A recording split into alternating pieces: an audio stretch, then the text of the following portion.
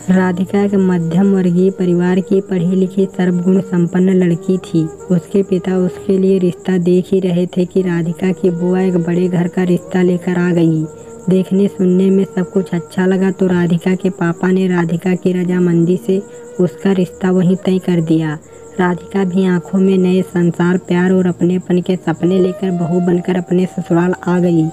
शुरुआत में तो सब कुछ अच्छा ही लग रहा था, लेकिन धीरे धीरे राधिका की सास के व्यवहार में अंतर आने लगा था। हर रोज़ सुषमा जी हर बात पर टोकना और छोटे घर की होने का ताना देने लगी थी। शादी के 4-5 दिन बाद ही घर के सारे कामकाज का भार सुषमा जी ने राधिका के सर मढ़ दिया और खुद सिर्फ हर काम पर नज़र रखने और कमी निकालने में लगी रहती। एक दिन सब्जी में नमक थोड़ा ज़्यादा हो गया तो सुषमा जी चिल्लाते हुए बोली, कुछ सिखाया नहीं तेरी माँ ने, ढंग से काम कर वरना। राधिका धोने के कपड़े लेकर वॉशिंग मशीन की तरफ बढ़ी तो सुषमा जी चिल्लाते हुए बोली, तुझे पता भी है मशीन चलाने से बिजली का बिल कितना आता है? बिजली का बिल क्या तेरा बाप भरेगा? चुपचाप बैठकर हाथ से कपड़े धो ले वरना। जब राधिका पग फेरे के लिए मायके जा रही थी तो सुषमा जी बोली, शादी में तो तेरे बाप ने कुछ दिया नहीं, इस बार वापस आए अपने बाप से कह देना तो मेरे बेटे के लिए एक सोने की चेन और घड़ी देकर भेजे, वरना। राधिका मायके जरूर गई, लेकिन वहाँ इस बात का जिक्र भी नहीं किया। बहू को खाली हाथ वापस आया देख सुषमा जी फिर चिल्लाई, तुझे कहा था ना कि चेन और घड़ी लेकर आना, खाली हाथ आने की तेरी हिम्मत कैसे हुई? अभी फ़ोन लगा तेरे बाप को वरना।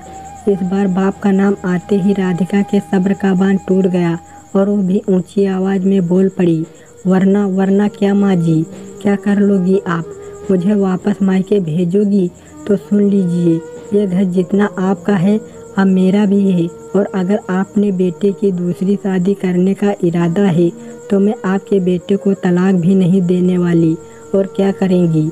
मुझ पर हाथ उठाएंगी तो सोचना भी मत, क्योंकि मैं स्कूल में कराटे चैंपियन रह चुकी हूँ।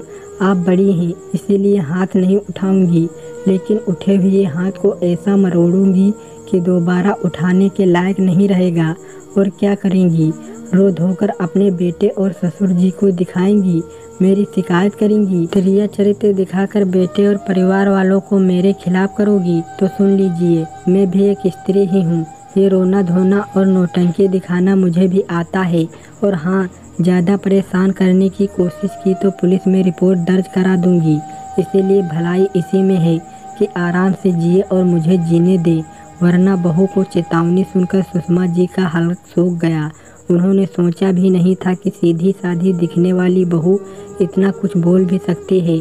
पसीने से तर सुषमा जी की सांस फूलने लगी तो राधिका ने पानी का गिलास पकड़ाते हुए कहा, माँ जी, यदि आप चाहती हैं कि मैं इस बात का जिक्र किसी से ना करूं, तो विश्वास रखिए नहीं करूंगी। लेकिन यदि आप चाहती हैं कि मैं आपकी इज्जत करूं, तो खुद को सुधारने में ही भलाई है। मेरे माता पिता ने ना मुझे किसी पर अन्याय करना सिखाया है और ना ही किसी का अन्याय सहना। सुषमा जी ने एक सांस में ही पानी का पूरा गिलास घटक लिया। शाम को जब राधिका के ससुर और पति ऑफिस से वापस आए तो घर का माहौल बिल्कुल शांत था। राधिका चाय लेकर गई तो सबके साथ सुषमा जी ने भी चुपचाप चाय पी ली। आज कोई नुक्स, कोई कमी सुषमा जी को नज़र नहीं आ रही थी।